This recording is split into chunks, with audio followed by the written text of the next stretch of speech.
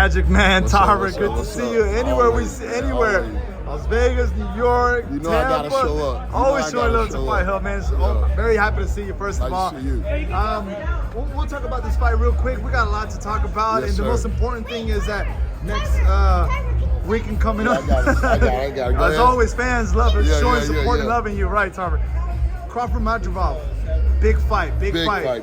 Crawford going up on weight, 147 to 154. A lot of people are saying that don't discredit Madrimov. He's a very talented boxer. What do you think about that fight? Man, you got to take your hat off to Crawford for, stepping up, but also picking and choosing one of the toughest guys in the division. I think Crawford want to make a statement.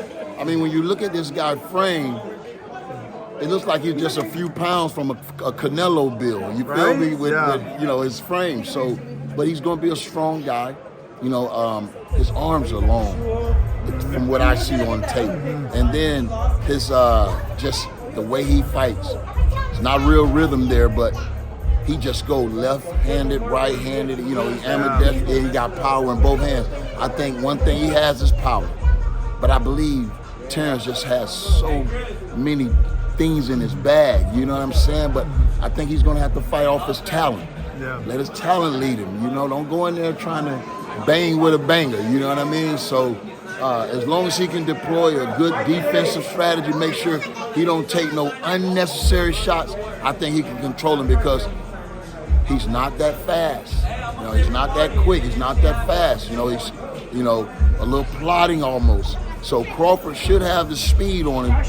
And I think once he finds his rhythm and timing, I think Crawford will be able to do what he want to do. I think that's the perfect breakdown. That's exactly what we want to talk. That's a perfect breakdown. And I was trying to say, so how's this fight really going to go? Because Madrimov is a very talented boxer. His fundamentals are superb. And Crawford, like you said, he's pound for pound, obviously.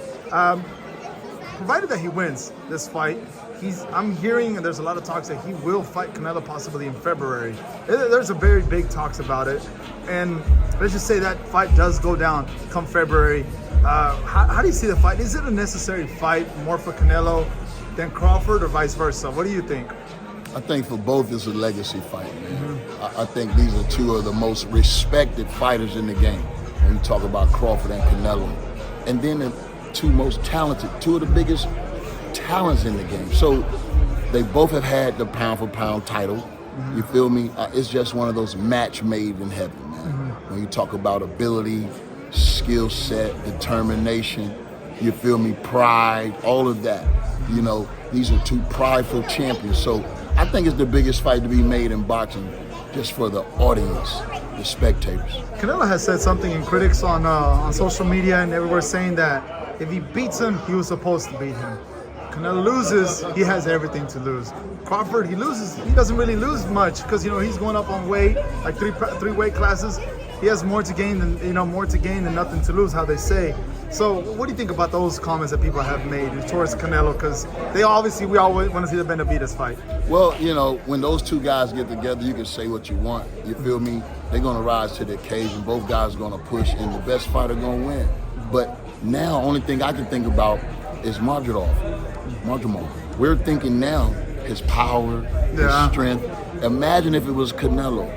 You feel me? I think we'll be thinking the same thing. So it's still a weight up from 154. You know what I mean? I think it's been a while since Canelo been comfortable at 154. So I think he's a bigger fighter now than he was maybe 2 years ago. He makes easy 168 too. He makes easy 168. And obviously the big fight we all want to see with Benavidez. Did you see the fight when he fought? I did. So 175, he said he didn't look great. The fight was progressing. I was like, man, this is not Benavidez. He said camp didn't go as well. Go figure, boxer. He was hurt. Given the performance that he gave at that weight class of 175, and we've seen Canelo at 175. We've seen obviously at 168. Where do you see Canelo possibly facing him at 168 or 175? What do you think about that? I like to see the fight like everyone else, regardless, bro. Benavidez, it just seemed as if he was in there with a real fighter. He wasn't no slouch. And his power definitely, he's going to have to step his power up if he's going to be light heavyweight. Because you saw, he clipped him with a lot of shots, but the guy didn't go nowhere. He was still standing. So, I think maybe 160 would probably be his best weight. Tank Loma. They're saying it's gonna happen in November. It's gonna be a heck of a fight, man. And Gabe Rosado, I talked to him. He said Tank just needs that legend in his resume to solidify him more for his career. What do you have to say about that fight and the comments that people are saying that he needs a Loma? Some other people say it's a little bit too late. What do you think? I don't think he needs anybody right now, man. He's on top of the game. He has the culture, you feel me? And it just seems like when he fight, the energy is different. You know what I mean? So it has everything to do with Tank Davis. You feel me? And you know, that fight though is going to be competitive, man. I think that I can see that fight taking place in the center of the ring. Both fighters using their skill set to the best of their ability, man. And you can really see, you know, both of these guys how you know, gifted they are. I think both of these guys are gifted, man. Lomo bring a lot to the table, a lot of things Tank haven't seen with any of his other opponents, and vice versa. I don't think Lomo has ever faced anyone that can punch like Davis, man. And I think at the end of the day, that's why you kind of favor Davis, because he has that one signature punch that can get him out of there, you know, at any time.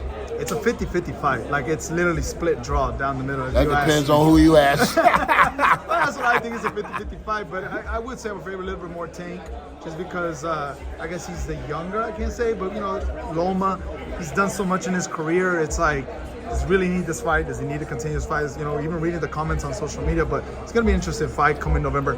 Lastly, you know, we've seen everything that's been taking place with Ryan and Haney.